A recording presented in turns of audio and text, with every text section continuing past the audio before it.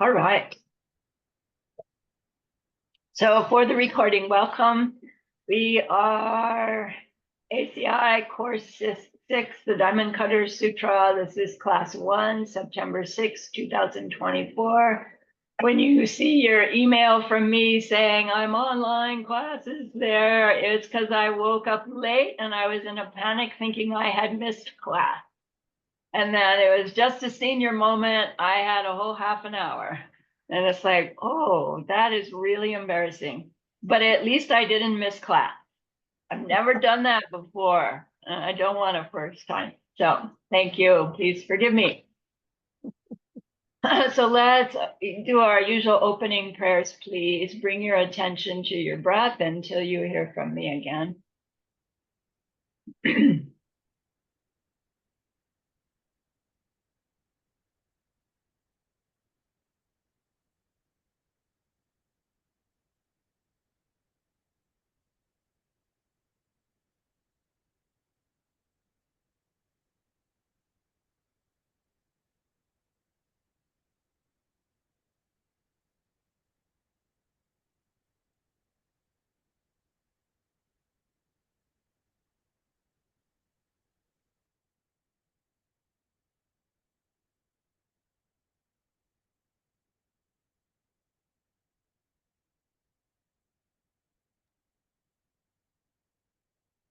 Now bring to mind that being who for you is a manifestation of ultimate love, ultimate compassion, ultimate wisdom.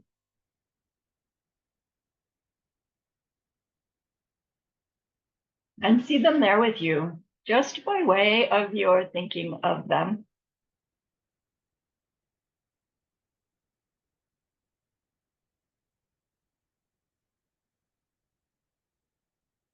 They're gazing at you with their unconditional love for you.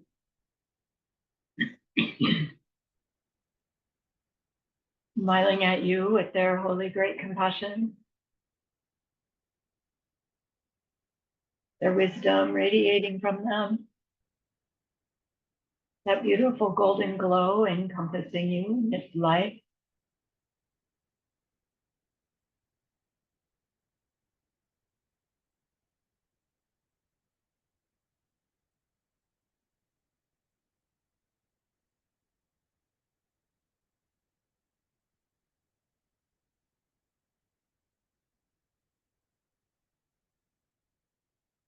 And then we hear them say, bring to mind someone you know who's hurting in some way.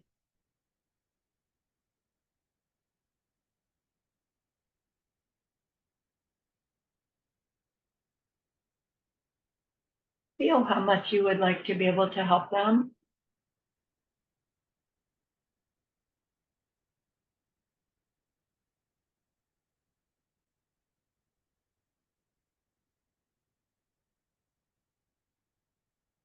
Recognize how the worldly ways we try fall short.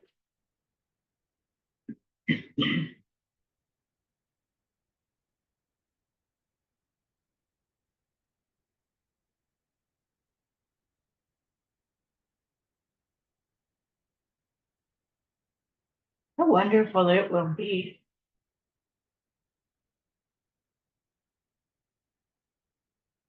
when we can also help them in some deep and ultimate way,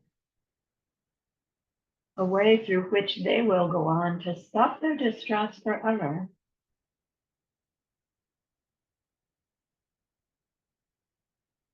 We're learning that this is possible.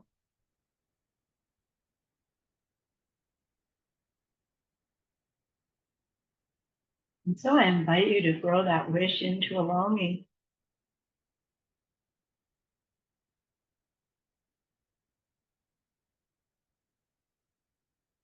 And into an intention. With that intention, turn your mind back to your precious holy being.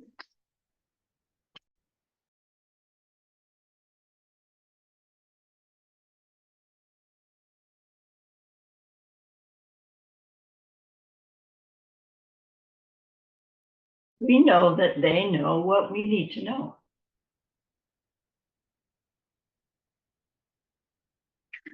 What we need to learn yet, what we need to do yet.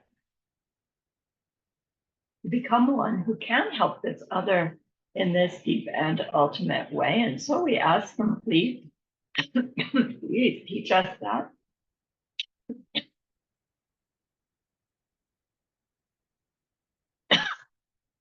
They are so happy that we've asked. Of course, they agree. Our gratitude arises. We want to offer them something exquisite.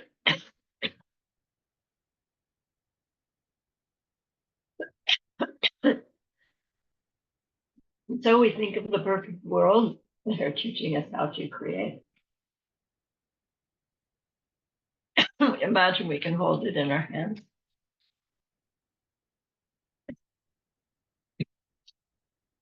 Then we offer it to them.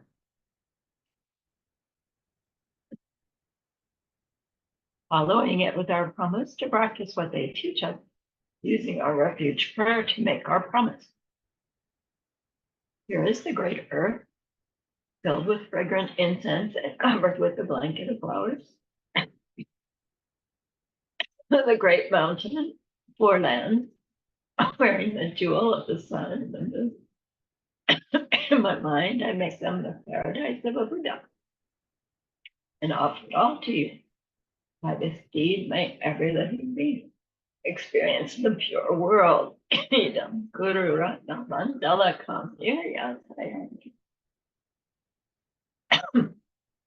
I go for refuge until I am enlightened. To the Buddha, Dharma, and the highest community. To the merit that I do in sharing this class and the rest. May we reach Buddhahood for the sake of every living being. I go for refuge until I am enlightened. To the Buddha, the Dharma, and the highest community. To the merit that I do in sharing this class and the rest.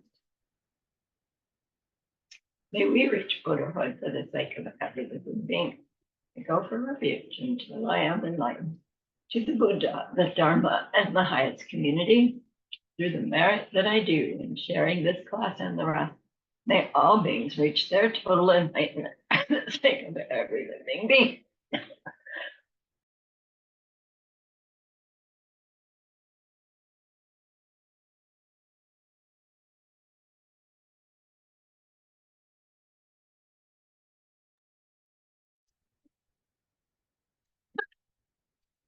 You know, in the middle of the Diamond Cutter Sutra, it says, anybody who studies this sutra and learns it well is going to have obstacles.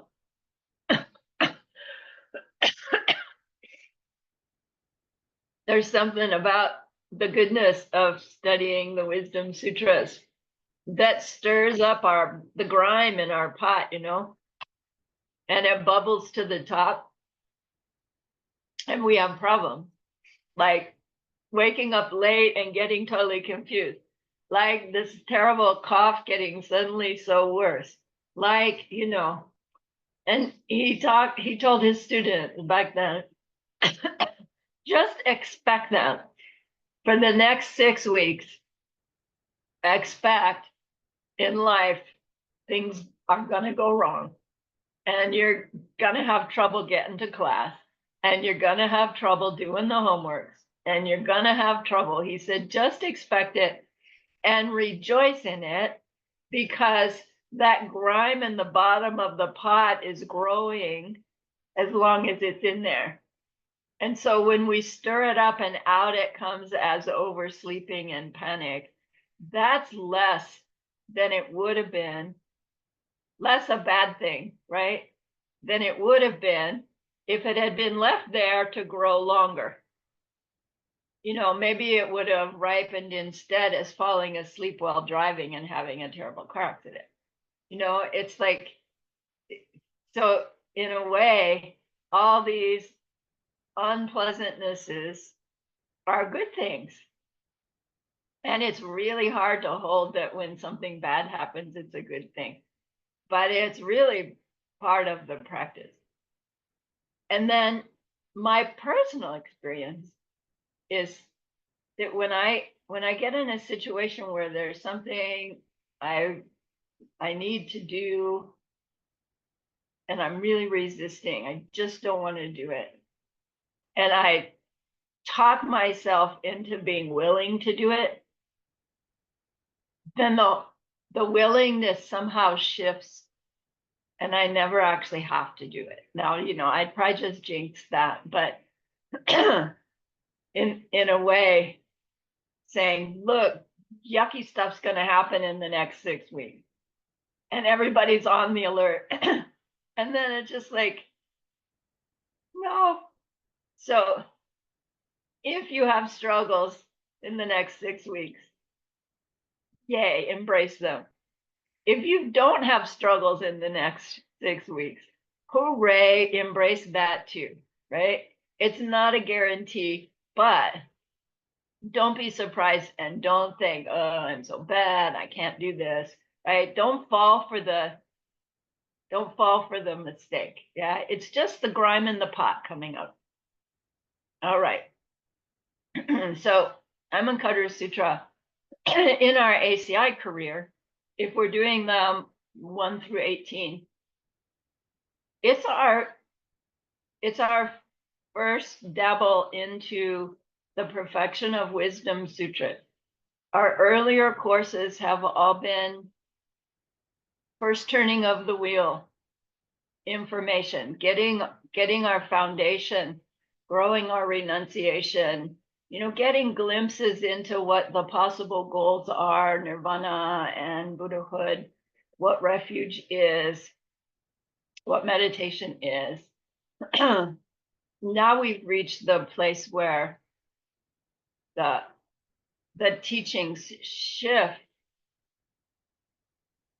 from speaking to the student whose capacity is the belief that the highest thing a human can reach is nirvana, their own freedom from mental afflictions. To the student who's made that connection, it's like, well, if that's true for me, it must be true for everybody. At least every human must be able to reach it too. And it would be like yucky for me to be, in my nirvana and everybody else around me is suffering. That would just still be a suffering. So some of us felt that even before we knew, right? And then we hear somebody verbalize it and it's like, oh my gosh, I believe that and I didn't know it. And others of us, we hear it and it's like, oh, maybe that is true. But either way, here we are at the place in Buddha's teachings where he has enough students who are at that level where they're ready to hear that, all that stuff, it all exists and it's all suffering. They're ready to hear that, really, all that stuff, it has no nature, right? So that's addressed more directly in Heart Sutra. Amankaddara Sutra is a wisdom sutra. It is talking about emptiness. But when we read the sutra, which the end of this course, we'll do a class that's simply the oral transmission of the sutra. I'll read it, you'll listen. You get it downloaded into you so that you then have it so that you could do the same. You can take it, read it in the park. You can take it, read it, to make a place sacred. We'll learn. But once you get the oral transmission from someone who's had the oral transmission, you have it to be able to share. It also means you'll have this class to share with others as well. So I'm going off track here, but as we're taking this class, Geshe counseled his students to take it with a state of mind as if this could be the last time this commentary on Diamond Cutter Sutra is shared. And that you'll then be the holder of it. And there may very well come a time where it's up to you to share it with somebody else. And so this course was the first time Geshe said, please hold your questions until the end of class, because each class is this transmission of the transmission, like the transmission of the commentary, so that you're full of it, so that when you have a chance to share it with someone, right, you have this transmission of the commentary, Geshe Michael's commentary, to be able to share with others. So to have this state of mind of, I'm taking this class so that I can help somebody else with it someday, is a different state of mind than I'm taking this class to complete my ACI courses because I want to grow myself into a Buddha, right? I mean, that is our motivation. But add that other piece of, I'm here, I'm taking this class, I'm trying to be full in because someday somebody's going to need it from me. It may not be a formal class like this. You may just be sitting in your living room together with somebody, and it'll be time, and you'll pull out your answer key and you'll pull out your notes or your recordings and you help somebody with it. Whether that happens in this life or another life, doesn't matter, right? It's going into our mind stream. So try to hold that in mind. I try to set that up at the beginning of class. That's why I do it the way I do it. But this one's a little bit, extra because of the importance of the the wisdom teachings and bringing an accurate teaching of the marriage of karma and emptiness to our modern world. We really have the good fortune of being in a lineage where that explanation of dependent origination and emptiness has been so precise and clear. And it's like it's really brought to focus. And in Geshe-la's experience, there are so many mistaken understandings of what this thing emptiness is. And as they've come out of Tibet and into the modern world, it's so common for people to hear a teaching, think they understand, put their spin on it, and then share it with the people in their world in a way that makes sense and helps people, but is limited, isn't sufficient to help people get to their own direct experience of that ultimate reality. So we really have the extreme goodness to be in such a precise lineage. And so it's our honor to get to be part of passing that along with that same precision. Okay, so that said, as you all know, I think, I require that you do your homeworks and quizzes and hopefully the meditation as well from each class before the next class, and show it to me. Email it to me or hold it up, if it's hard copy. Do your homework with your books open. Then get out the answer key, grade your own paper. Be nice to yourself. It's not about getting it right. It's about reviewing it and correcting. Then put it away. Take your quiz, get out the answer key, mark your own quiz. Be sure that you put down the date and time of your meditation time. The meditation that you have a topic Really, it just means sit down and think deeply about it and come to some deeper understanding about the topic of your meditation. Then in the end, when we do our final, we'll share finals, so somebody else will grade your final, you'll grade somebody else's final. And we'll set a date for submitting all of our papers at the end of the class. We'll give you plenty of time. You guys will decide the date.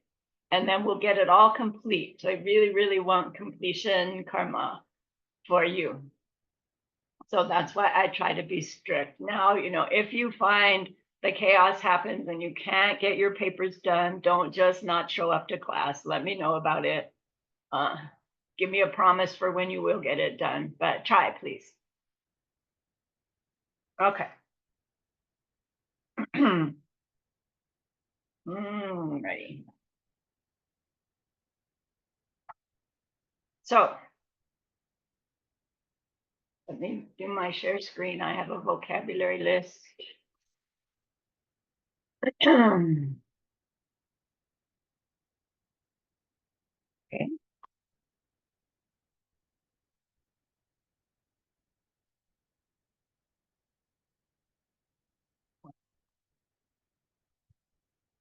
Figure here.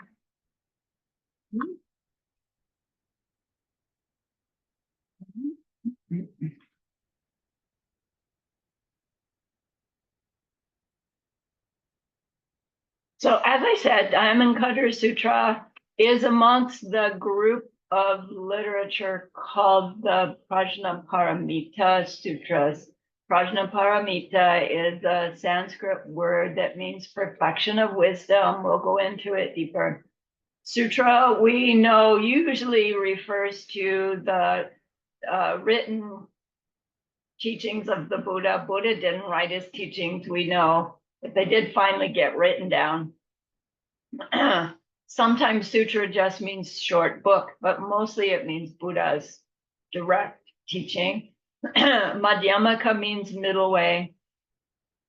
Prajnaparamita, the perfection of wisdom, is the teachings of the middle way. Also tells us we're in the Mahayana. I didn't write it down. Mahayana meaning the greater vehicle, meaning the motivation is to reach our total Buddhahood for the sake of all beings, as opposed to the personal motivation of reaching the end of our suffering. Will we reach the end of our own suffering by reaching Buddhahood for the sake of all sentient beings? Absolutely, right? Even along the way, we will reach that place. But the end of our own suffering is not the highest capacity of a mind stream, we learn. Not everybody believes that. Not everybody has the seeds to hear that their ultimate evolution is fully enlightened being. So now, historically, there were at least 2 Sanskrit commentaries. Apparently, we believe that there were more because they're mentioned in other texts, other commentaries, but they've somewhere along the line, they got destroyed. Most of the Sanskrit Buddhist teachings got destroyed along the way. Many of the Tibetan got destroyed along the way also. But here there's these two by Master Kamalashila and Master Vasubandhu that apparently are amongst the Sanskrit commentaries that made it to Tibet, translated into Tibet, and then are texts that are still existing in Tibetan. Master Vasubandhu, we know him as one of the 2 great brothers, right? Vasubandhu and Arya Asanga, 350 AD. It's interesting, we think of Master Vasubandhu as the first level teachings guy, but here he's doing commentary on Diamond Cutter Sutra. right? And then Master Kamalashila, 750 AD, we know him as that great meditator who got called to Tibet by the king when there was that conflict about what's the best kind of meditation to do. And there was a knowledgeable Chinese monk in Tibet teaching that you blank your mind out, and that's how you reach ultimate reality. And others were saying, no, no, that doesn't seem right. So they called in Master Kamalashila to debate with the Chinese monk. And then the custom was that whoever won the debate, right, the whole country would follow that way, because the king would say, okay, that's the one. So Master Kamalashila's premise was, if you blank your mind out, well, you can't, but if you try, you're planting seeds in your mind that will ripen as, just a being with a mind blanked out, like no intellect. You're making the seeds to be a cow, or a rabbit, or who knows what. It's not going to help you reach ultimate reality to just go blank. So his premise was, you want a virtuous karmic object, and you want a line of reasoning, and you want to be able to come to a fixed conclusion that's a higher understanding than you had before. And then you park your mind right on that fixed conclusion until it goes deeper and deeper into a direct experience.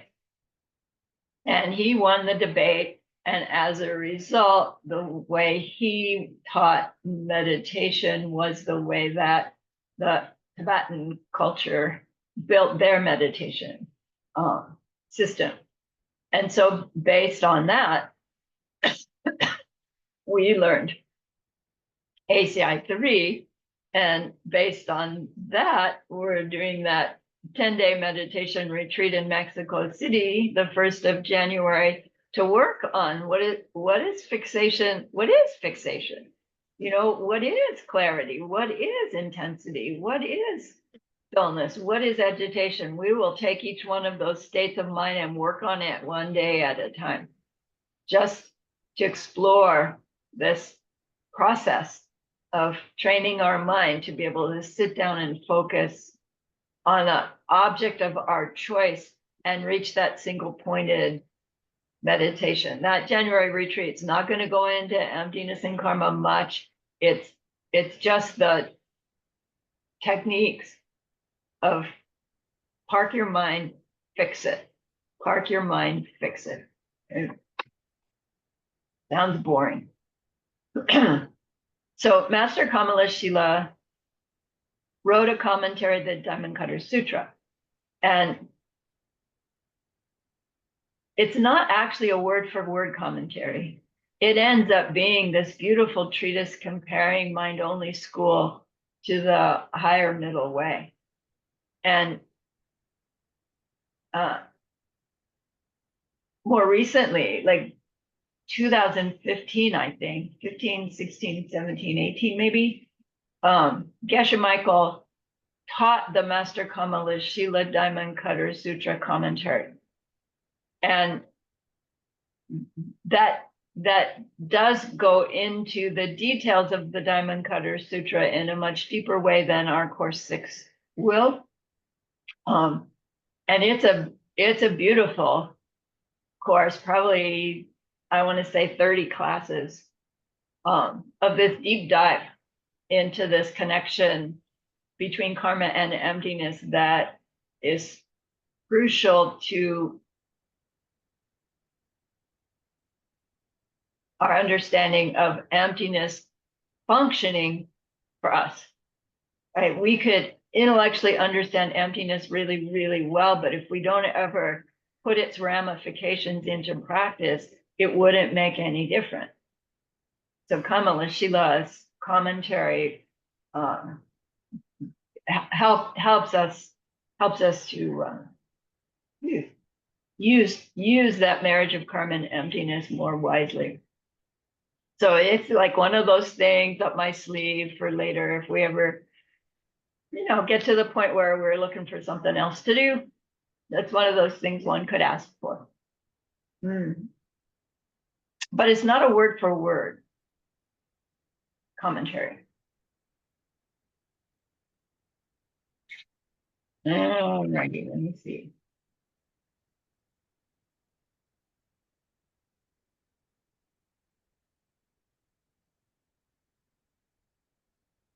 There's another commentary, a Tibetan, bless you, a Tibetan commentary, meaning written in Tibetan, by someone named Choni Lama Drakpa Shedrup. Now, he's probably also familiar to us. Choni is an area of Tibet where he's from. Lama means Lama. Drakpa Shedrup is his monk's name. His dates are 1675 to 1748. He's in the Gelugpa lineage. He's the author of many of the textbooks that Sarah May Monastery uses to train their monks. His writing style, Geshe Michael says, is very much more modern and clear, and user friendly. And so Geshe likes to use his commentaries for his ACI courses, for his DCI courses as well. You can see he comes after Jetsun Kappa, which makes sense. So he wrote a commentary to the Diamond Cutter Sutra that's called Tarlam Selwe Nima. This is Tibetan. Tarlam means the path to freedom. Now, path to freedom can mean to someone the path to nirvana, if that's what you believe is the highest goal. Or it could mean the path to total Buddhahood, if that's what you believe is the highest goal. Tar means the edge or over, and lam is the path. Selwe means to illuminate, like you turn the flashlight onto the dark path. And Nima is the word for the sun. So the sun that illuminates the path to freedom, what did Geshe call it? He calls it sunlight on the path to freedom. Here, for Diamond Cutter Sutra, the path to freedom is the path to Buddhahood. Although curiously, in the sutra itself, it talks about bringing people to nirvana. It doesn't actually talk about the bodhisattva bringing people to their Buddhahood. It talks about bringing people to their nirvana. It's very curious.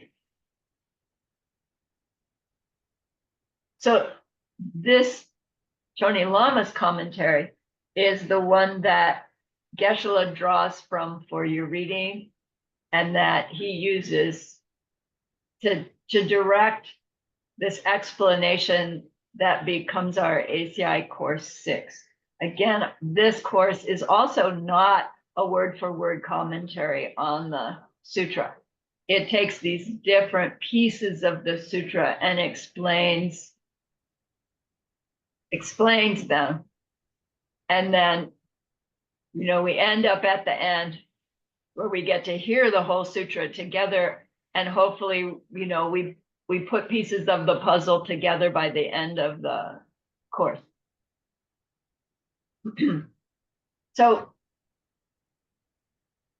the title of the sutra, oh wait, let me get back to that.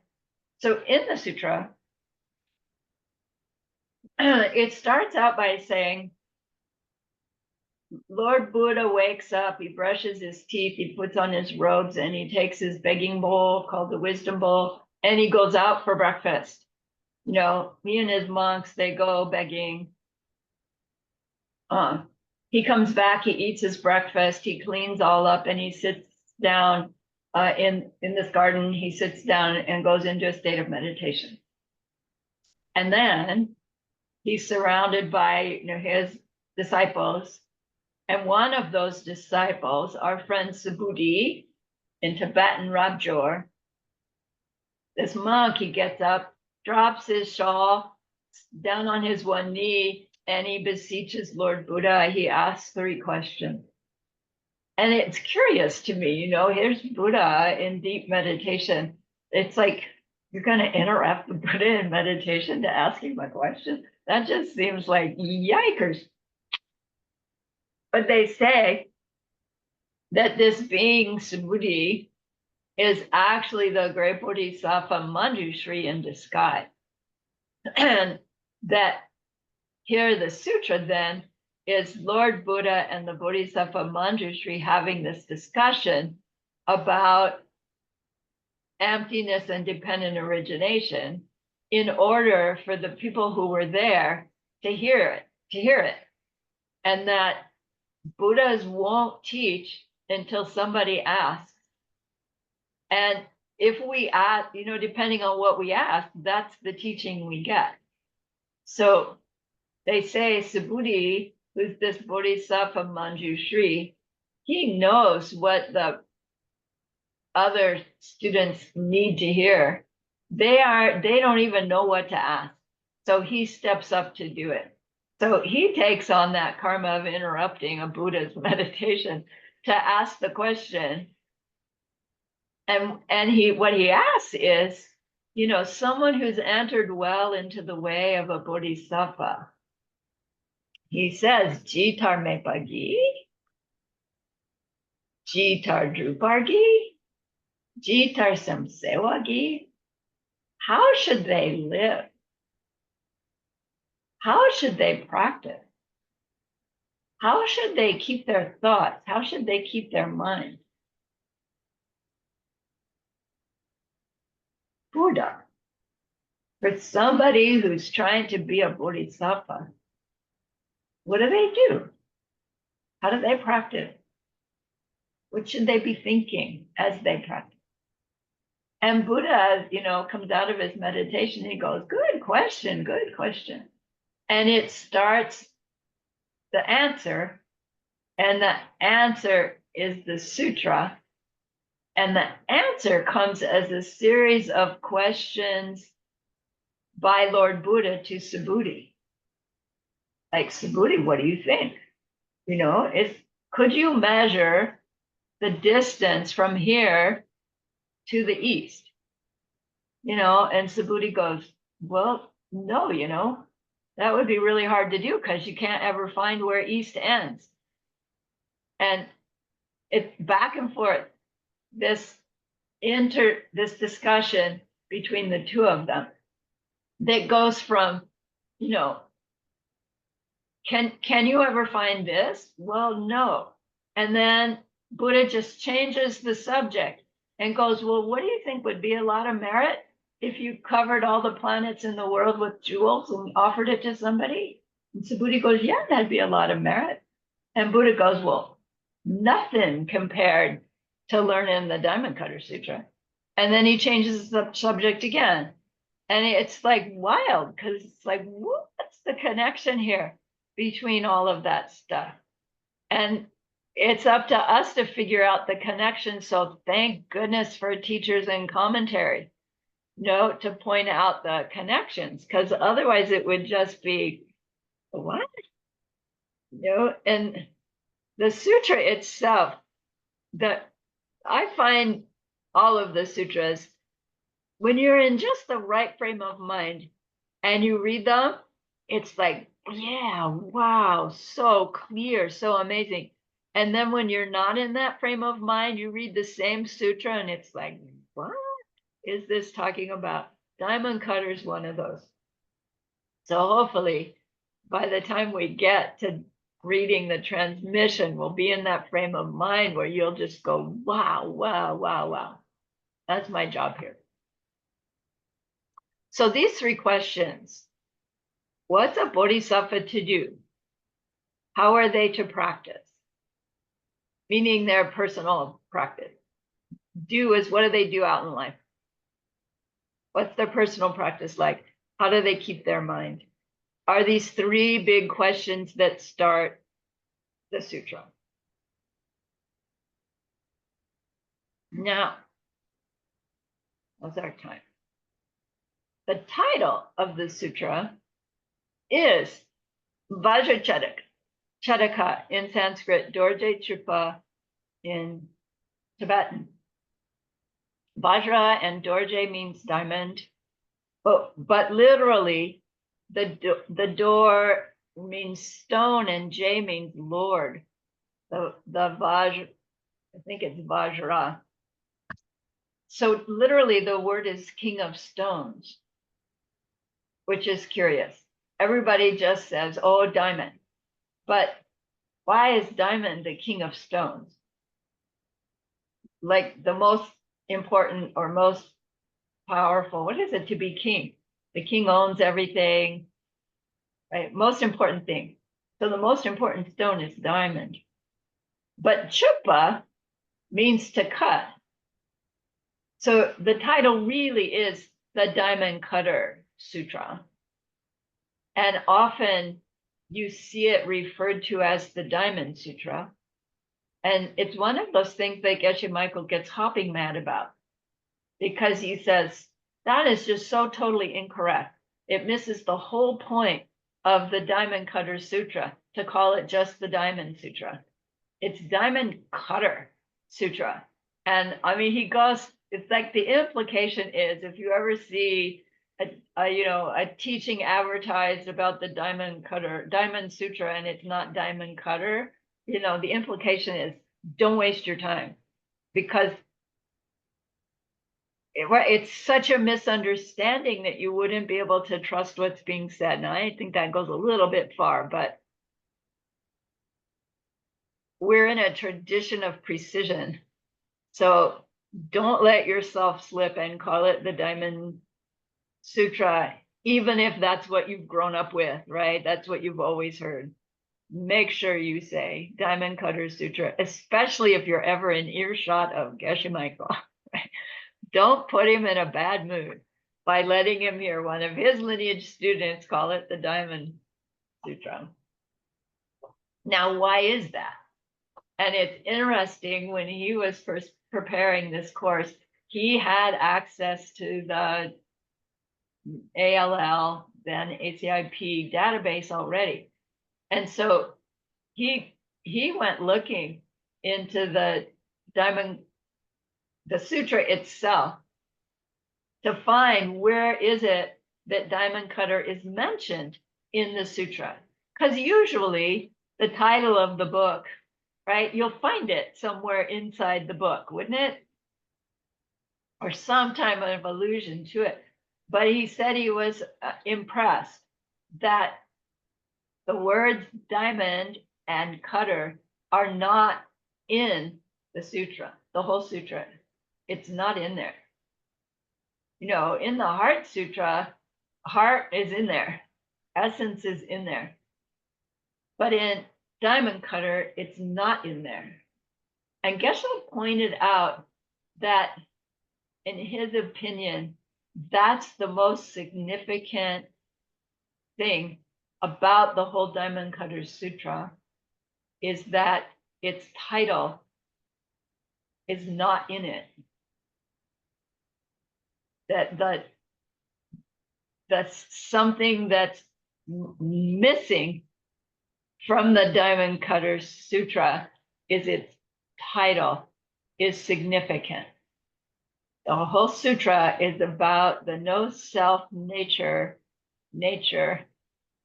of things and people and self and suffering and ignorance, and right, it's all about the absence of what we think is there. And so it's significant that the very title is absent from the whole sutra. Geshe says if you just really get the significance of that, you'll understand the sutra. But now still, why diamond? Why not emerald cutting? Why not pearl cutting? Why not ignorance cutting sutra? Right? Well, that would catch my attention. And he says to understand why diamond is the necessary thing uh, hmm, yeah, the necessary object. We need to understand the 5 spiritual realizations that we go through on our path from suffering human being to nirvana, if that's our goal, or suffering human being to total Buddhahood, if that's our goal. Same 5 paths, a little bit different realizations and things that we're doing, but the basic premise is the same for either level of practitioners. So those 5 paths, Soklam, Jorlam, Tonglam, Gomlam, Miloblam in Tibetan. Soklam is the path of accumulation. In the path of accumulation, what we are accumulating is that our recognition that in our world, nothing can go right. There's obvious suffering. There's the suffering of change. There's pervasive suffering. We know it intellectually. Probably you're in this class because you know it experientially already too. Everything goes wrong. And even if we have this perfect life, we die. The people we love die. We lose it all. We end up losing it all. It takes lifetimes to reach that place where we finally recognize it. And all of that time is time on our path of accumulation. So maybe we've had lifetimes on path of accumulation and we didn't even know. And we weren't paying much attention. Somewhere along there, it starts to hit home. You know, there's just something wrong with this picture. And we actually start looking for something else, like we're open to suggestion in somehow. All of that's happening on Soklam. Then seeds shift a bit. And we have the good fortune of hearing somebody teach us the pen thing. Now, you know, it could have come in different kinds of ways, but we understand what we mean by the pen thing. We see pen. Dog sees chew toy. Fly sees landing pad. What does that mean about the identity of the object? Where does it come from? It? No. Something about it has to come from the observer, or else it would be the same for everybody. Now, some people hear that explanation and they go, no, no, no, no, it's a pen. The fly's landing on a pen, right? The dog's chewing on a pen. Some people, they hear that explanation and it's like no impact. Others hear it and it's like, whoa, right? Some kind of seed ripening that we understand some deep ramification of that, and it catches our attention. We're on Jorlam. At that moment, we're on Jorlam, whether we know it or not. And if we know it, we can use that spark of interest to investigate further, study further, learn more, learn more. That's all path of preparation.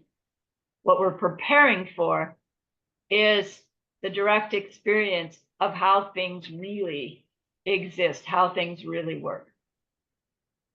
Jorlam can last a long time, right? It takes 3 years to do the ACI courses if you go fast. 5 years if you take it slowly. It takes 6, 8, 10 more years to do the Diamond Way if you're interested. It takes a lifetime or lifetimes to put either or both of those into practice well. But once we've like made this shift from Soklam trying to work things out in worldly life and it doesn't work, and trying and searching and looking for new ways. And we shift over to Jorlam. Oh, I've found my path. But still our path, goes like this instead of straight up the mountain. Jorlam can take a while. Mainly it's that period in which we are studying, learning, trying things on for size, growing, changing. We have this new direction. We're still in worldly life, but we're interacting with worldly life in a different way, a new way, trying on what we're learning in our Jorlam, trying it on for size. All of that, our system suggests, is the process of burning off our negativities, our habits, our mental affliction habits, gaining goodness, to bring that goodness, to have that goodness help us reach the ultimate goodness, which is that direct experience of how things really exist. And that experience is our path of seeing, our Tonglang. So our study, serve process of Jorlam, meditate, will bring us along in our experiences to become more and more able to interact with our world with the intellectual understanding that everything is results of my own past behavior, and so my current behavior will create my future.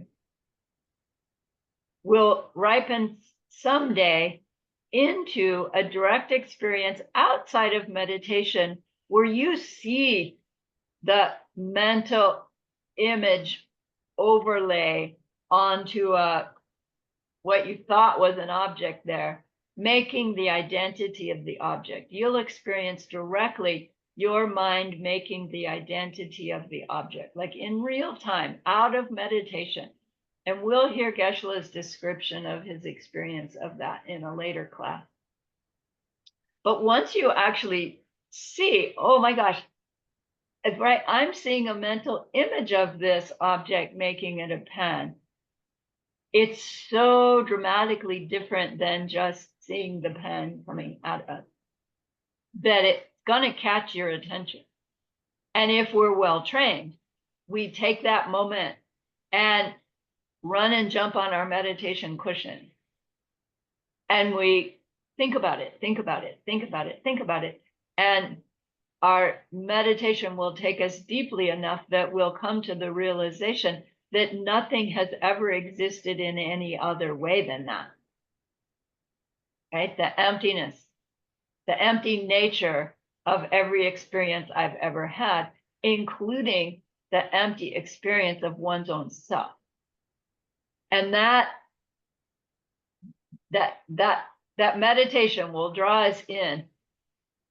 And if we have the capacity to focus our mind deeply enough, it's like deep or high enough to hold the power of that series of ripenings, we'll go into the direct perception of emptiness, the direct perception of ultimate reality, in which there is no awareness of deceptive reality. There's only ultimate reality. And in that ultimate reality, which is the absence of self-natures of all existing things, including self, there can be no awareness of self and other. The experience is projections of mind, but it's the first projection of mind of ultimate reality that we've ever had. The seeing the image overlay is actually the first experience of deceptive reality directly. We have been experiencing direct deceptive reality since beginningless time, but we've never experienced it as it truly is, which is as the overlay happening. Once we've reached that, we can say, oh, all that other way that I perceive things has always been mistaken. Now I know. And nothing exists in any other way than that shows us the ultimate reality. But while we're in that communing with ultimate reality, we can't have the thought, oh, this is ultimate reality, because to have that thought is deceptive reality.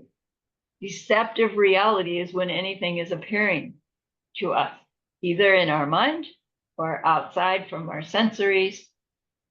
Appearing reality is deceptive. So it's not that your subject object all disappear, but it's our awareness of subject object are not happening at that time. And it's like intellectually we can't get that. That direct perception of emptiness is typically sustained for the first time for between 10 and 15 minutes. And then those seeds wear out and down you come, and you're aware of subject object again. You are back in deceptive reality, but now you know it for what it is.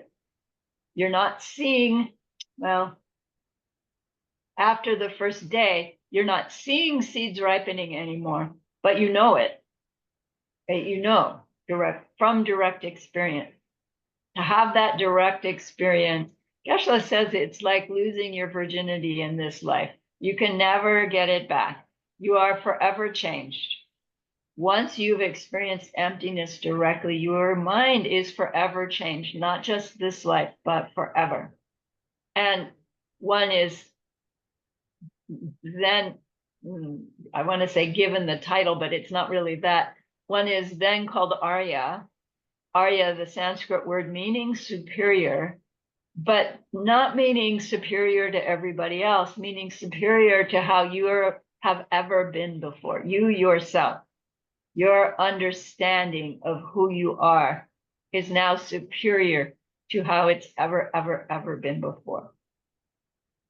And you're never, right? You can never believe in the self nature of things again, even though you see it that way. You see yourself in your world in the same way you used to, but now you don't believe.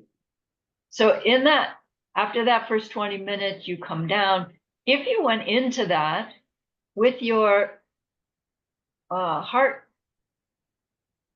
with bodhicitta, right? With this sense of, I want to be Buddha for the sake of, if we went into it with this sense of everybody's suffering is as unnecessary and unacceptable as mine, then part of what happens as you're coming out of your direct perception of emptiness is this heart opening experience of seeing the face of all existing beings of your world and loving them and knowing that you will be the one that will bring them to the end of their suffering. And we'll hear Geshe-la's description. And then after that, for the next, until you go to bed, you have this state of mind where you're very keenly aware of what people are thinking, you know, what their motivations are. You like see things differently. You realize that you've seen, you know, you have these series of realizations that come to be called the Four Noble Truths. They're not noble, they're the four Arya truths. The four truths, each of which have four aspects that we come to know as a result of having the direct perception of deceptive reality, followed by the direct perception of ultimate reality. Now it's like, oh. And by the end of that, we're on our fourth path called Gomlam. Gomlam means the path of habituation, where now our task is to live according to what we now know is the true nature of existence. You're not perfect. You still have habits of anger, jealousy, etc. But now you're so keenly aware of how what you do towards others plants those seeds that it's like your behavior is so much more in your face because you know so clearly that you are the creator of your future and you've pledged, right, to create a future of happiness for everybody. And so you set about to do it. And when you're on the bodhisattva path, that what constitutes your practice on your path of habituation is your practice of the six perfections. Gomlam can take anywhere from 10 years to 7 lifetimes, Geshe-la said, to reach our goal. 7 lifetimes isn't so bad, after infinite eons of struggle. Yeah, it's about 500 years. I don't know, it's funny. But we'll hear. Again, he has more to say about this relationship to the last 500 years, and it comes up in the sutra as well. Gomlam culminates in things that we do to clean out not only all of our own mental afflictions, but also all of our obstacles to omniscience. And when the final obstacle to omniscience is cleaned out, we are on Miloblam, which is the path of no more learning, Milo, no more learning path, which is synonymous with reaching total enlightenment. And it makes it sound like, oh, done, finally. But actually, it means our training is all done. We are finally fully qualified to launch our career. So when we reach Miloblam, it's not like we're done. It's like we are now beginning, right? We're on our Buddha career to save the world. And it's just a little, I needed to make that switch in my mind to like, oh, when I reach Buddhahood, what a relief, I'll be done. And it's like, I realize that's the wrong seed planting, right? Rather, it's like, I will finally have finished my training. Do you remember? I think we've all gone through education. And how many times did you say, this is my last exam? And then you go back to school, right? And you're doing it again. But finally, there was one. You finally graduated with the degree that you're going to use in your career. And now you launch your career. It's like your Buddhahood is your career. And all of this, Soklam, Jorlam, Toglam, Gomlam, it was our education. And then there's this big graduation party and you're Buddha. So let's take a break there.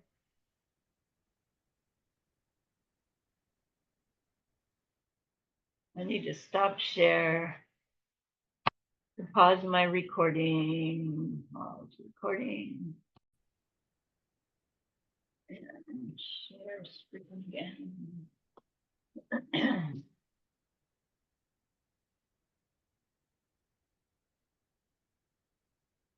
So I was telling you all of this about the 5 paths because I'm trying to get up to why diamond is so important in the title, Diamond Cutter. So stick with me, I haven't gotten there yet. When an Arya is trying to describe what happens at Tonglang,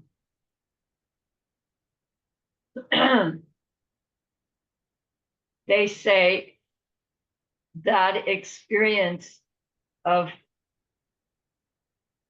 seeing emptiness directly experiencing ultimate reality directly can't be, there can't be described. There's nothing one can say about it. And yet you so desperately want to describe it, right? To inspire the student to try that, they're trying to come up with something. And they'll say, the Tibetan, they'll say, oh, it's chula chuchak, chula chushakpa, chula chushakpa, like water mixed with water. So if you would pour 2 glasses of water together, you can't tell the difference between the water from one to the water to the other. It's just all identical. And in that same way, when you come out of the experience, you recognize that's the best way to describe the experience. But of course, it's like nowhere close to the experience. It's just saying you're in this state of experience where subject and object become indistinguishable. And we've never had that before. And that you're aware now that there is this reality, the true nature of every existing thing, and every tiny piece of every existing thing is its lack of having any identity of its own. And that ultimate reality is a reality in which there is no distinction between subject object. It's not a place we can live and be, but it is necessary for any appearing thing to be empty of its own nature in order for it to be what the observer is experiencing. Chula chuchakpa, when you're in it, you can't distinguish. When you're out of it, right, you want to try. And when you come out of it, you desperately want to come up with something in your deceptive world that will approximate that ultimate that is now true, but you cannot directly experience again. It takes a while before you have that direct experience again. You've used up a whole lot of very specific seeds by having that direct perception. Now you've planted extraordinary ones as well, but it takes time for those to ripen again. So you can't just sit down and see emptiness directly the next day. But you would sure want to, right? And you would want to surround yourself with something that would remind you of the profundity of that experience. And Geshe says every Arya, at least every Arya in our earth world, will think of diamonds. Because in our world, diamonds are the closest thing to an ultimate. Right? In deceptive reality, there's no such thing as an ultimate. You can always find something that's a millimeter longer, or shorter, or bigger, or hotter, or colder. Even with diamonds, yes, diamonds are the hardest thing, but you can take a hammer and smash one. So I thought, well, diamonds from Buddha's time, I don't know, how did they know they were the hardest thing? And then even more recently, there's so many advances in material science, certainly they've come up with something harder than diamonds. So I Googled it yesterday. Google, what's the hardest thing in the universe? And omniscient Google says diamonds, still diamonds. They are the closest thing to an ultimate because they are unscratchable by anything but another diamond. There is nothing that's not unscratchable but a diamond. Now you can smash a diamond, you can laser a hole in it, right? Right? It's not that they're indestructible, but they are the closest thing to an ultimate in our deceptive reality. And apparently, an Arya coming out of direct perception will think, diamond, oh, diamond, right? I need to have diamonds around me. And in the Buddhist iconography, right, when you see the Tibetan ones in particular, where it's like they're so busy, it seems. You kind of have to find the Buddha in this picture. But when you zero in to see it, they've got a dorje in their hand, they've got a bell in their hand, they've got, dorjes strung one to another in their clothing. There are these dorjes, right? You know what a dorje looks like? I'll get one.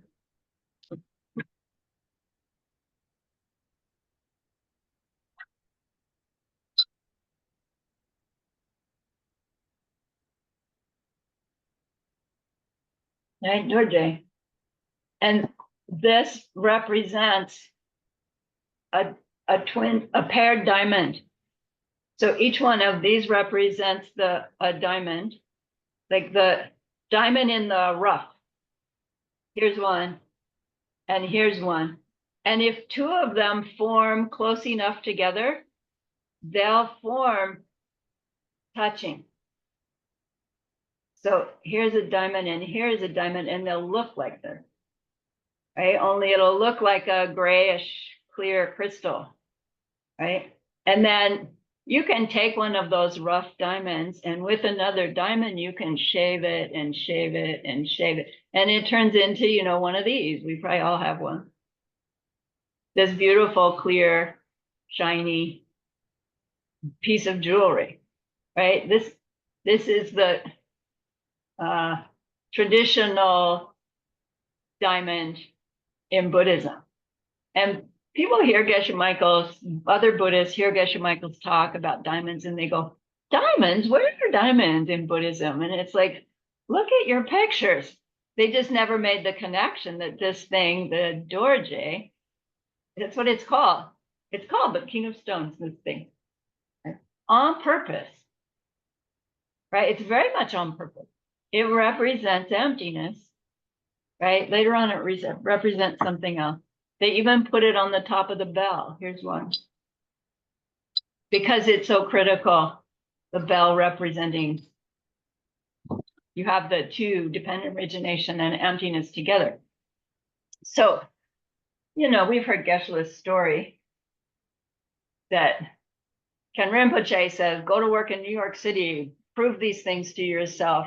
And when he finally does, he decides, I'm going to go work in the diamond industry, just because he wanted to be around diamonds all day, to remind himself of this ultimate reality that he knows is true, but can't see directly, but is now directing his very interaction with people. So it's a beautiful story. And that reason the Diamond Cutters Sutra is called the Diamond Cutters Sutra is because of this connection between the ultimate reality and diamond. That we have in our reality something that is the closest thing to ultimate reality, but in fact is so far removed from ultimate reality that we have to add the word cutter. The diamond that doesn't cut it, the diamond ultimate reality that's nowhere close, is what diamond cutter means. So there's actually three ways that the diamond is used as a metaphor for ultimate reality, for emptiness. First is that the diamond is the closest thing to an ultimate that we have in deceptive reality, and emptiness is the ultimate reality of all existing things. And so commonly it's said, what's ultimate reality? Ultimate reality is emptiness. But that implies to us that emptiness is a thing that's out there on its own, and that's a misunderstanding. There is no big, vast emptiness that everything comes out of. There is any existing thing or any tiny piece of an existing thing that is lacking its own nature. But the thing is, everywhere there's an existing thing, which includes the space between us, there is the emptiness of that space between us. So really, there is emptiness everywhere and all around us because there's things all around us. But there's only things all around us because those things are empty of self-nature, so they can be the things that we experience. You see, we want to have which comes first, and there can't be a which comes first. There's always both together, both sides of the coin. So diamond's ultimately hard, and like emptiness is all around us, but we don't see it. If you had a pane of diamond, no matter how thick it was, you couldn't see it. A clear, pure diamond it's so clear that if there wasn't any light bouncing off, you wouldn't know it was there, and you would like smack into it. Glass seems clear, but if it gets thick enough, it becomes opaque and you can't see through it, right? You know it's there. A clear, pure diamond doesn't matter how thick, right? It could be, it never has an impurity that creates refraction that would create your ability to see it. So like emptiness is all around us, a diamond is so perfectly clear. Right? Emptiness is so perfectly clear, we can't see it. Like diamonds are so perfectly clear. Now that's it, it's a little harder analogy, but it gets the point across about emptiness being all around it. Right? Anywhere there's an existing thing, there's the emptiness of the existing thing, and of the me perceiving the existing thing, and of the actual perceiving of it. So technically, for every perception, there's 3 emptinesses. And then that's the third way that diamond is a metaphor for emptiness, is that if you have a pure diamond and you smash it, and now you have zillions of little pieces of pure diamond, they are all equally pure as the original one that you smashed. It's not like you smash a diamond and now you have a little chunk of glass over here and a little chunk of, like you smash this pen and you've got the tip over here and the edge over there and the clip over here, right? With you smash a diamond, it's all identical. Like that, the emptiness of every existing thing is identical to the emptiness of every other existing thing. Their emptinesses are not one and the same. The emptiness of the pen and the emptiness of my water bottle, they are unique, but identical. So the emptiness of the pen is identical to the emptiness of a Buddha. The emptiness of the pen is identical to the emptiness that a Buddha perceives all the time. We want to get that idea of identical, not one and the same as, but identical. An absence of self-nature is always 100% complete absence. And all absences are absences, identically absent of self-nature. So 3 ways that the diamond is said to be an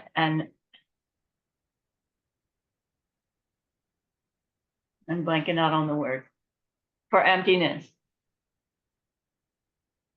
That it's ultimately hard, metaphor. Ultimately hard, clear, and like all parts of it identical. In the same way that emptiness is ultimate reality, the diamond's ultimate hardness reminds us. In the same way that emptiness of everything is there and we can't see it, the diamond is perfectly clear. And in the same way that every piece of that diamond would be identical to its original, every piece of emptiness, that's wrongly said. The emptiness of everything is 100% identical to the emptiness of any other thing, no matter how big, small, smart, stupid, right?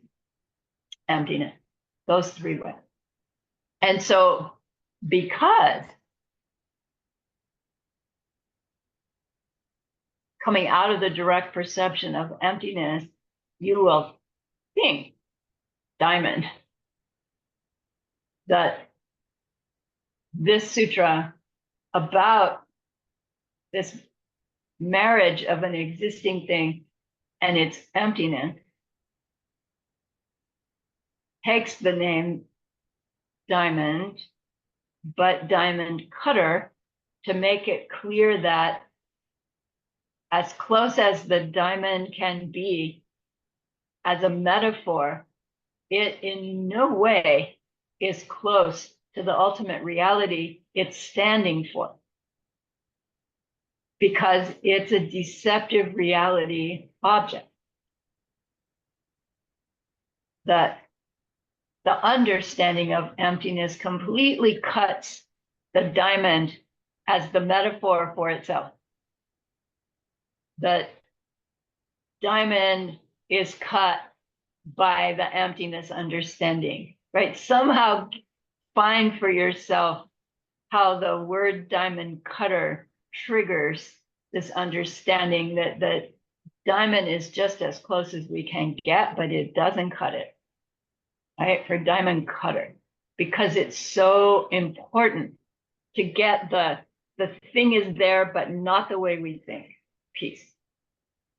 Right? The diamond's important, but not for the reason we think, right?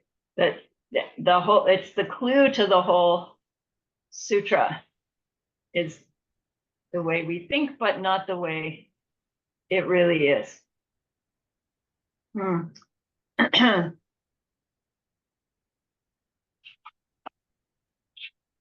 So then,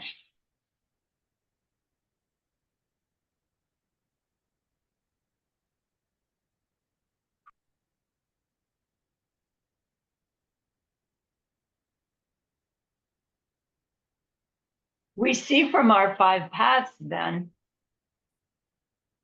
how critical that direct experience of emptiness is in our quest to end suffering, our own, let alone others. And then it seems like an impossible task. If we understand even a little bit about dependent origination and emptiness, right? We know, well, I plant seeds in my mind by what I think, do, and say towards others. And so that would seem to mean that in order to have the experience ripening of the direct perception of emptiness, I would have to have given that to others. And if I don't have it to give, how can I ever plant the seeds to get it? And so it feels like this, I'm just screwed. But we understand that seeds grow, right?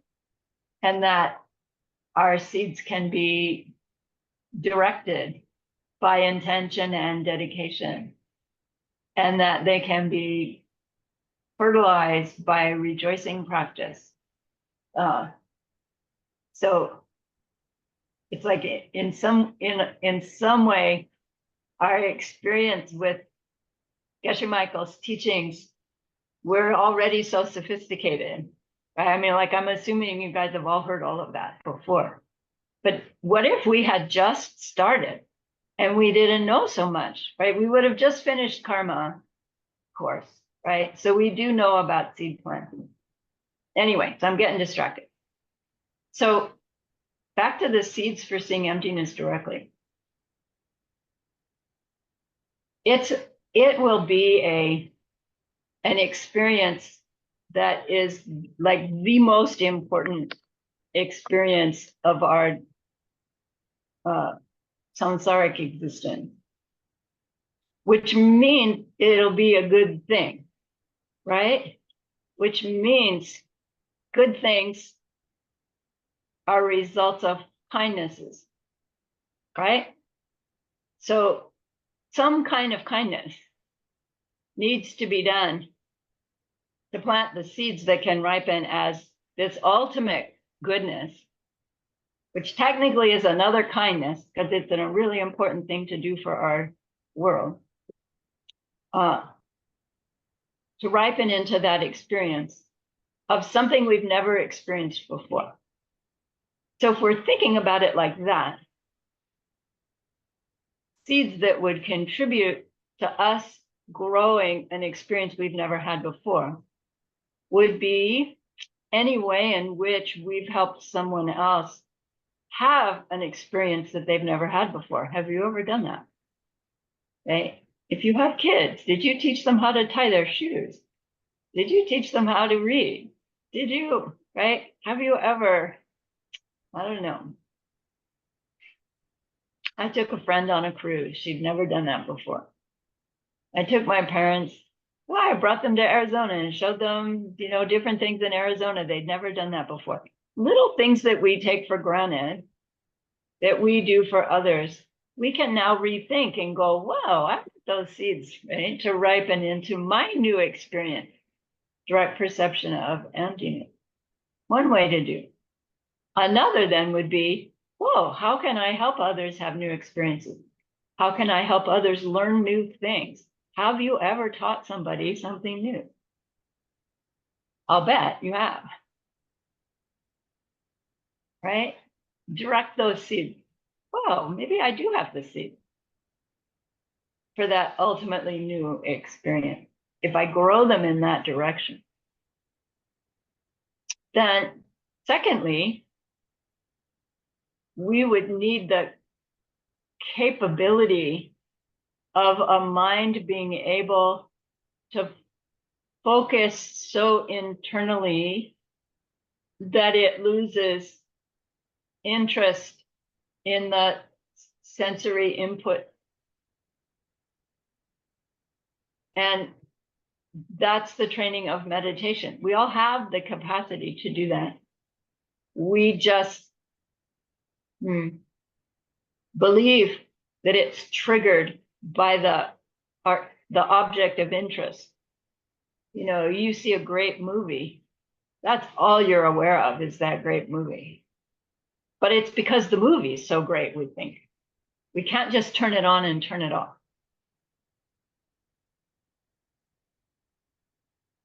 Meditation in our lineage is about training ourselves to be able to turn that kind of focused concentration on and off according to our need, not according to the object. And so we learn the methods. We train in the method. Does training make us good at something? Not all by itself. Will we get good at something without training? Yes, if we have the seed. Does training help us get good at something if we're doing it, right, by way of seed? Yeah. So yes, it takes meditation training. Meaning just the effort. Does our meditation have to be 100% shamatha every time we sit down in order to be able to reach emptiness directly? No.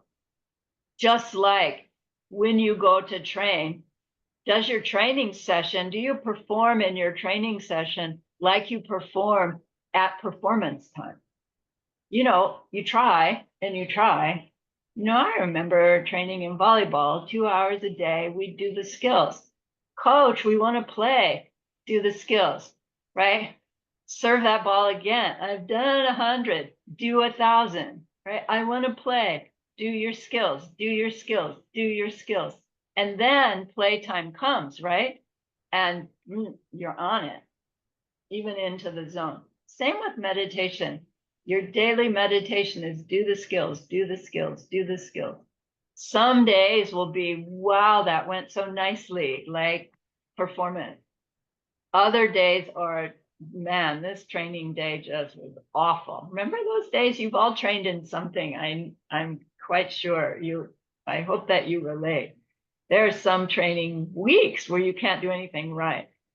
But then you go and perform and it's like, oh, you get into the zone, right? The flow of the groove. To be able to turn that flow on and off is a great, great skill.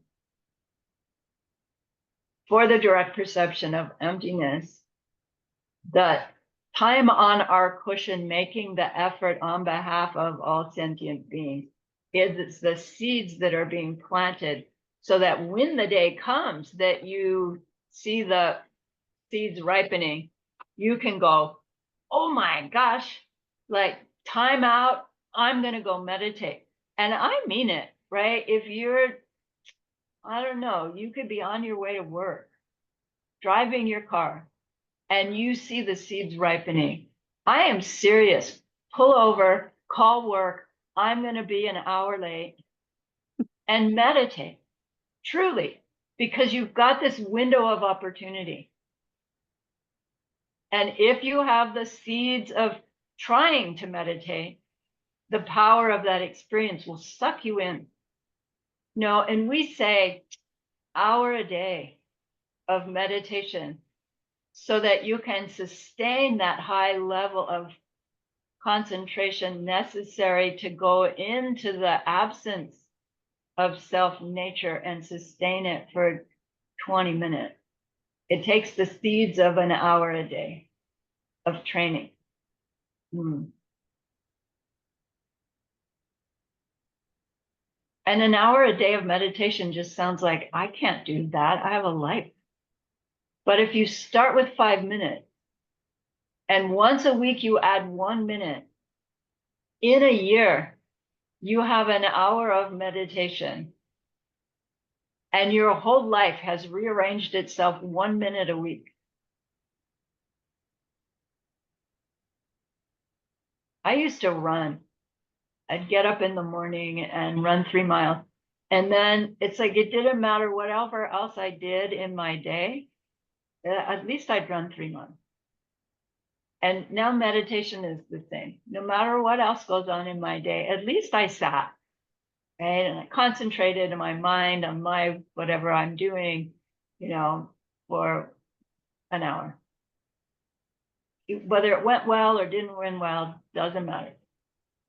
We want to track it and try to do well. We try to make progress, of course.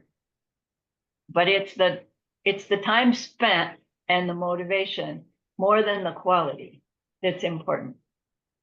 Right? Now, don't get sloppy, but it is necessary. So meditate, plant your seeds of new things for people. Third one is add to those seeds you're caring for other people, right? We call it service. Service just sounds sort of funny, but it means caring for others, kindness. Look the bus driver in the eye, right? Smile at them. You don't even have to take the time to say anything. Just notice them, because probably they don't get noticed by hardly anybody. And it feels good to get noticed, right? Smile at the cashier. Let the car in front of you, even if you're in a hurry. All the little bodhisattva ways of sharing some kindness in your world. And all of that grows our goodness, and our goodness can be directed towards this ultimate goodness ripening of experiencing ultimate reality. Right? Right. So in that kindness, then, you'll get the audio or the access to the, okay, bye-bye.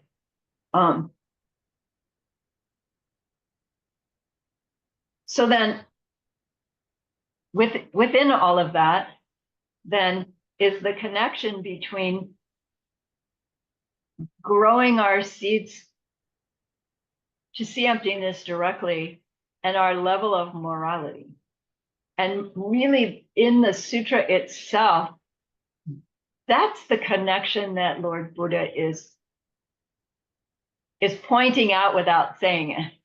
He switches between a glimpse into what's meant by emptiness, and then automatically he goes into virtue, making virtue. And then back to something about emptiness, and then virtue, and then emptiness and virtue. And it's like back and forth and back and forth. And it's like, what? And so what is the connection between virtue and ultimate reality? Seeing, reaching ultimate reality. Why is virtue so important?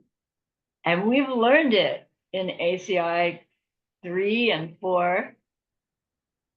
Virtue means deciding we will live by the rule of thumb of avoiding harming others.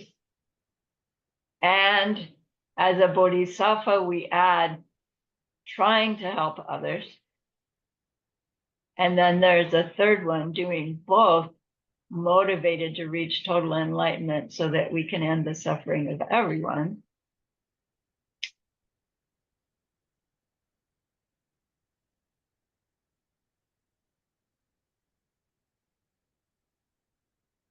When we harm another, grossly or subtly, we've planted seeds in our minds that when they ripen as an experience of us being harmed in some way, grossly or subtly, but bigger than the deed that we did.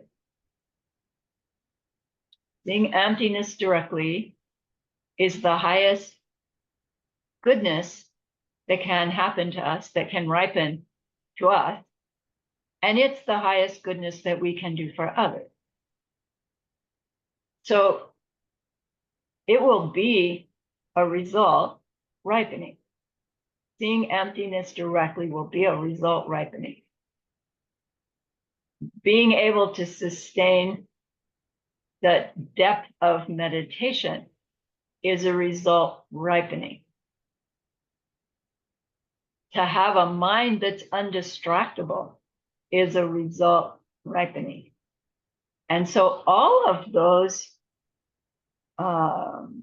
guidelines for moral discipline that Buddha has given to us are all designed to show us what to stop doing and what to do more of, take up, to stop planting seeds that will keep our mind distracted and be planting seeds that can ripen as this deeper focus that can lead us then to the highest goodness of experiencing ultimate reality. If our conscience is clouded by wrong deeds, we can't deeply focus in meditation, they say. When we have sufficient goodness, that goodness ripens as our ability to like laser focus on what we need. So there's this really big connection between morality and the quality of our meditation, the progress of our meditation. A really big connection between our morality and our ability to understand intellectually the marriage of emptiness and dependent origination. So our morality is as important as the hour of meditation, maybe even more so, technically. So we have study, study, study. We have be kind, be kind, be kind. That's the morality piece. We have meditate, meditate, meditate. Those three factors that help us move ourselves in our jorlam towards the ripening of the end of jorlam, seeing the seed, and pushing ourselves into the path of seeing, that gateway to the conveyor belt to the end of suffering. Not that we don't have to do anything, but directly on our path. They say that until one has seen emptiness directly, even the Buddhas don't know when it is we will become Buddha. Once we've seen emptiness directly, apparently one of the experiences coming out of it is that, oh, now you know that the Buddhas know when you are going to get enlightened. Like you know it too. It's now, right? It's now in there as a seed waiting, growing. Kind of a nice benefit.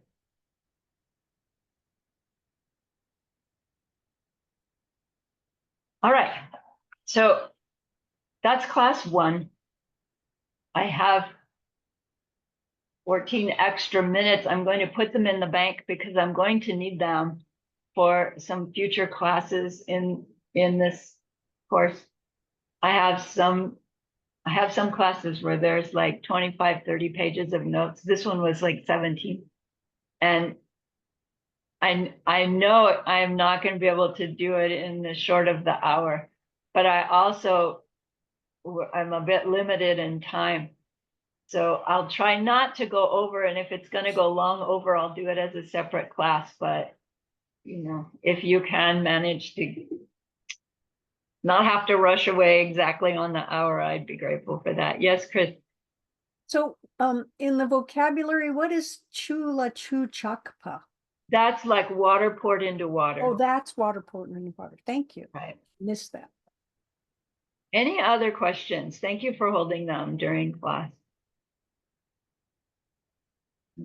I have a question about, which is sort of philosophical, and maybe we can just put it in that bank too. It's like, can you time travel when you're meditating? Like, can you go back to a deed you were thinking about, like, oh, I did that really nice thing, and rededicate it so that, yes, oh, cool. Yes, yes. Geshe says there is no outdate on good deeds.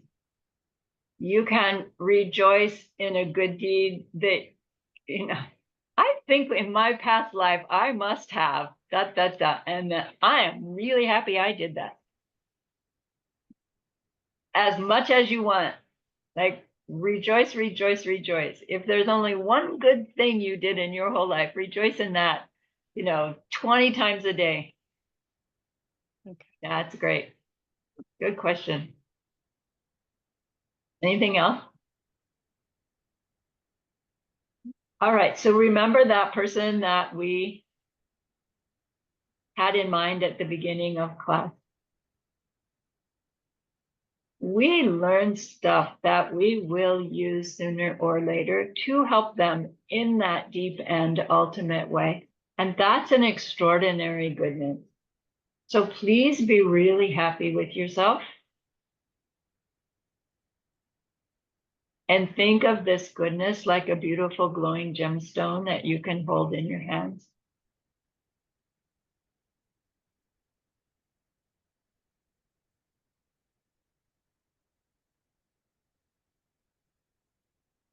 Recall your own precious holy guide. See how happy they are with you.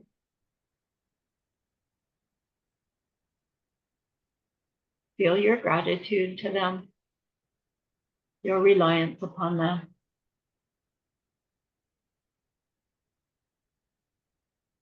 Ask them to please stay close, to continue to guide you, help you, inspire you. And then offer them this gemstone of goodness. See them accept it and bless it. And then carry it with them right back into your heart.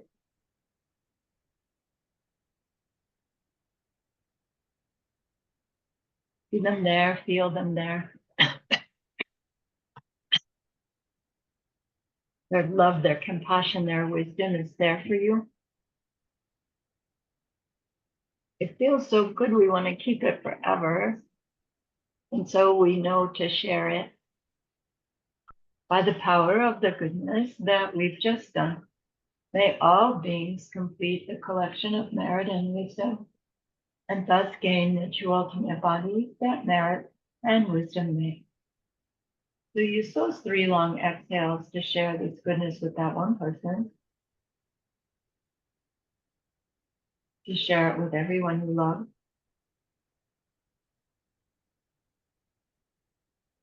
to share it with every being in existence everywhere. See them all filled with happiness, filled with kindness. They don't know where it comes from. It doesn't matter. Let them have it. And may it be so. Okay, thank you very much for the opportunity to share. Do your homeworks, please, and I will see you on Monday. Hopefully not confused. Okay, Thank you, teacher. Thank you. thank you. You.